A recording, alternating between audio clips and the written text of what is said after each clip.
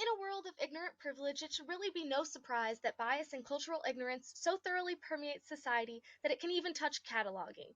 LCC and LCSH are marketed as being accessible as a universal standard, which is true for a Eurocentric world, but can leave minority groups to be marginalized and unable to gain access. This is especially true for Indigenous people and their collections.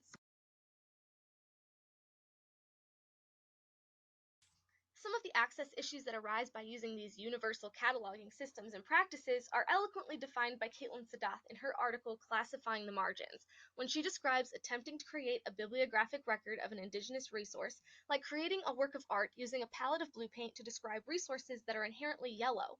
No doubt that this just won't come out right. This bias isn't intentional, and yet the bias can still alienate users, regardless of intention. LCC issues are described as inappropriate, misguided, and discriminatory categories and subject headings. Most Indigenous resources are classified as history, as if they no longer exist. They are grouped by states and provinces that were either established long after they were or aren't recognized by the Indigenous people. There are often misspellings of Indigenous names. Many materials are classified under the Indians of North America, and honestly, I can't think of a more outdated and disrespectful heading. Finally, and perhaps most importantly from a philosophical standpoint, there is an inability for LCC to describe resources they cannot possibly conceptualize from outside the indigenous cultural mind frame. This is what all the articles refer to as their epistemologies. All right, so enter Brian Deere. Brian Deere was one of the first Indigenous Canadian librarians and was actually working at the library for what is today known as the Assembly of First Nations. It is important to note that Deere's system was not an adapted version of LCC or any other system, but designed specifically with his collection in mind. He organized based off of current Indigenous concerns, current as in 1970, which spanned treaty rights, local self government, land claims, etc., etc. He used indigenous spelling and geographical co-location. So tribes, for example, like the Haisala, Comox, and Squamish would be placed together, whereas in an alphabetical system they would be far apart. Below here, I just have the LCC versus BDC, and so it's easy to see how BDC is so different and show a change in ease of access for the indigenous people it was made for. Another big change when comparing with BDC is topics. So LCC has one for fishing. BDC has FS fishing rights, FSH fishing and fishing rights, FSK fishing commercial, FSQ salmonoid enhancement programs, FSR sports fishing, FST fishing Canada, FSU fishing United States, FSX fishing international. So you see that cultural focus that comes from an understanding of linked concerns that Deere inherently knows. Also semi controversial, it is in English. The debate over this is noted in BDC scholarship. However, the terminology and language were translated by Deere, who has that dual understanding with both indigenous languages and English, so his translation is basically as reliable as it can get. Also, English is a common language between all First Nation linguistic groups, which makes as universal as access can get between these groups.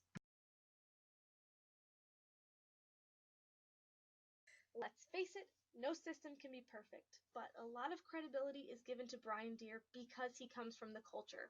He knows the worldview, he knows the language, he knows these subtleties that can't possibly be taught. Anne Doyle, who's a head librarian at one of the Indigenous universities in Canada, she talks about the fact that sure, BDC, it's not shelf ready, cataloging is expensive, but her collection is so much more browsable by using it.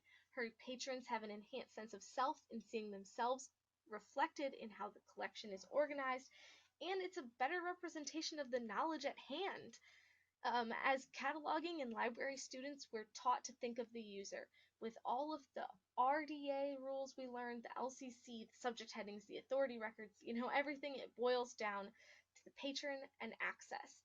And unfortunately, we can't think of this patron because, it's outside of our culture. We're talking about bias, so talking about Dewey Decimal System, where Christianity is 201 to 289. Christianity, everything else, other religions.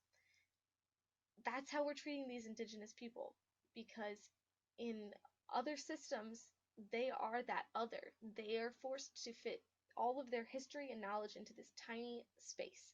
And so BDC is fulfilling its purpose for indigenous users and their specialized libraries.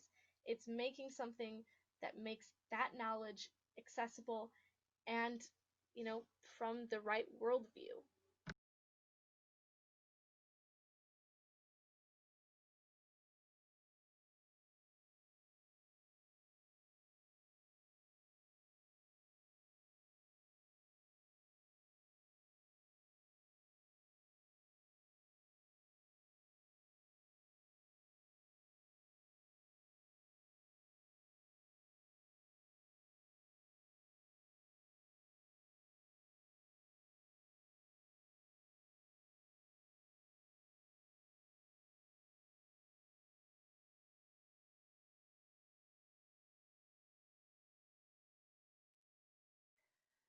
Hi, Rebecca. Excellent presentation on the Brian Deere classification system. I love assigning this because I think it opens people's minds to possibilities of thinking about systems of classification in ways that are really not familiar to them, but make complete sense, given the subset of um, sort of records and things that you have to deal with in the same way that we use the AAT.